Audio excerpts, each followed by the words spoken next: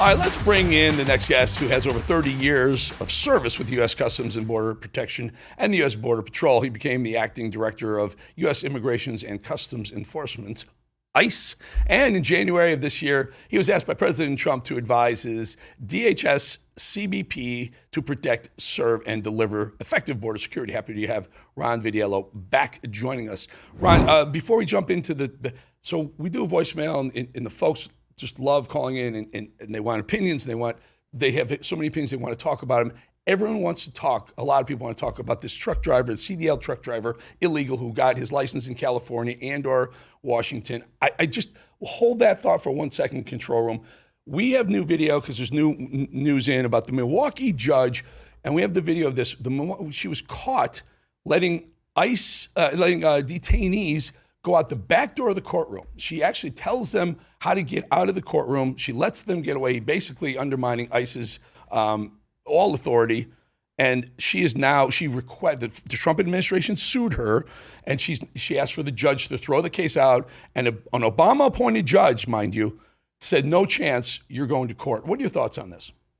Yeah, well, we need to throw the book at her. I'm glad that she's being prosecuted. She knew those ICE agents were in the courtroom and they were going to pick up this defendant after whatever business they had in front of this court. And this, she puts a new spin on activist judges, more activist than judge.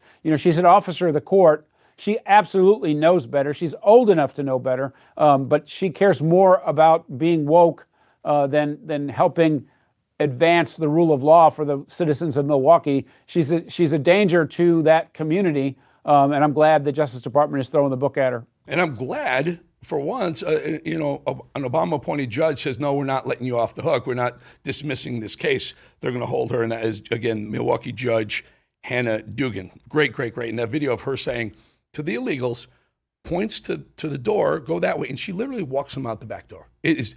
There's no better case, not only to throw her off the bench, but maybe even bring her up on criminal charges. I hope they do. Honestly, Ron, the folks and I, we're waiting for, just give me a perp walk. Just give me one. I'd love to see some congressional perp walks, or Hillary or Bolton, but give me this judge at least. I mean, this there must be some crime here. Anyway, I digress. The other big story that the folks want to talk about, this CDL truck driver that killed the family of three, with the driver's license. The guy couldn't even speak English. Ron, talk to us about any update on that and where things stand. Well, again, he's going to definitely be prosecuted. Our hearts go out to that family that was killed by his reckless actions.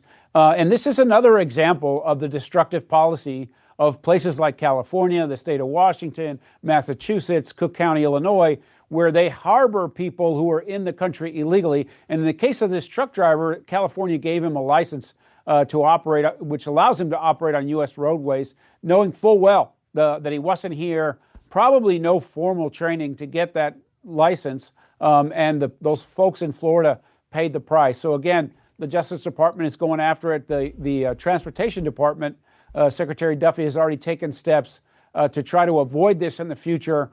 You have to speak English. You have to read road signs in America to be able to operate 18-wheelers on our interstate. And so, yeah, this is a tragedy for the family that's involved.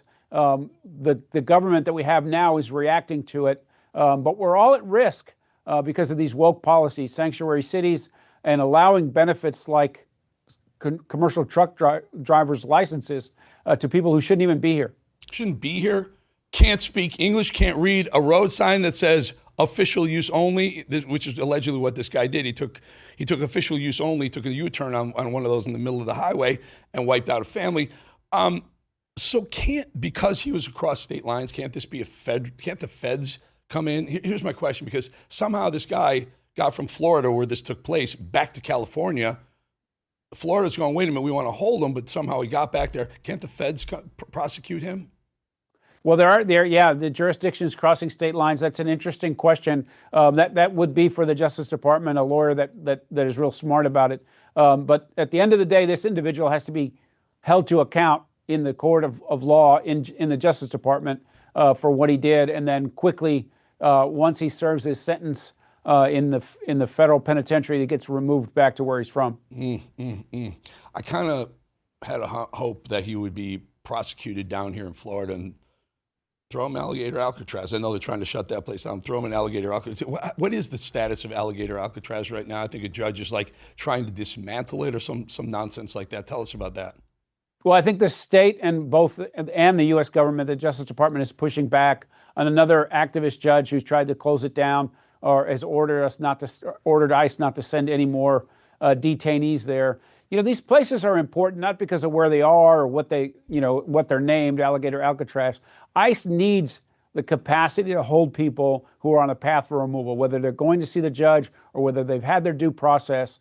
The certainty of removal requires detention space. And so whether it's in Florida or other parts of the United States, this is a necessary asset that the department needs to do the job that's required. We've done really well on the physical border in the United States. The interior operations are scaling up and getting better every day, but detention is an important element for us to be able to be successful when they do find folks in the interior who are illegal, to put them on a path for removal. We have Oscar Ramirez on the show a lot. He's a Mexican national, Mexican American. He's on the southern side of the border, talking to us about how the cartels have infiltrated the government. We've known that. There's a young woman who's a senator in Mexico right now named Lily Tulliez, who's asked Trump to help clean up the problem on the border. She's now being called a traitor. They want to bring her up on treason charges. Sheinbaum, the president of Mexico, has taken shots at her with a similar context, treason, traitor. Is this person, she's in danger of her life, number one. Number two, how can we help her? Well, we got to keep doing what we are doing, which is, the military relationship, the Justice Department locking down the physical border, continuing to add resources and make it very difficult for people to cross. And then the president, signed an executive order making these cartels the equivalent of terrorist organizations as it relates to the government. So intelligence collection, full prosecution, and holding people to account when they do cross the border. Yeah, and she needs to be protected. I hope that she has good resources to protect herself in Mexico. Sheinbaum, she has an opportunity to use the influence of the United States, the influence of extradition into the United States for these drug cartel members. She should take advantage of this. This is I believe, a once-in-a-lifetime opportunity for the U.S. and Mexico to deliver on the promises of the president. If I want to hear from Sheinbaum pushing back on Trump and the way she's pushing back on this senator, are you concerned she's in the pocket of the cartels? Well, it's almost certain that she is. I mean, I have no actual proof of that, but what is happening in Mexico, especially that party, how they rose to power. There's lots of smoke around that idea of whether she is in the pocket of the cartels or not. Corruption is ubiquitous in Mexico at the highest levels. Mm-hmm. There are trusted partners there that we can work with, but I don't suspect that her hands are clean given the career that she's had and where she is today. Scary. Ron Vitiello, appreciate your time. We're lucky to have you keeping eyes on our borders. Thank you, Ron. Thank you. All right, folks, we'll be back 2.5 minutes.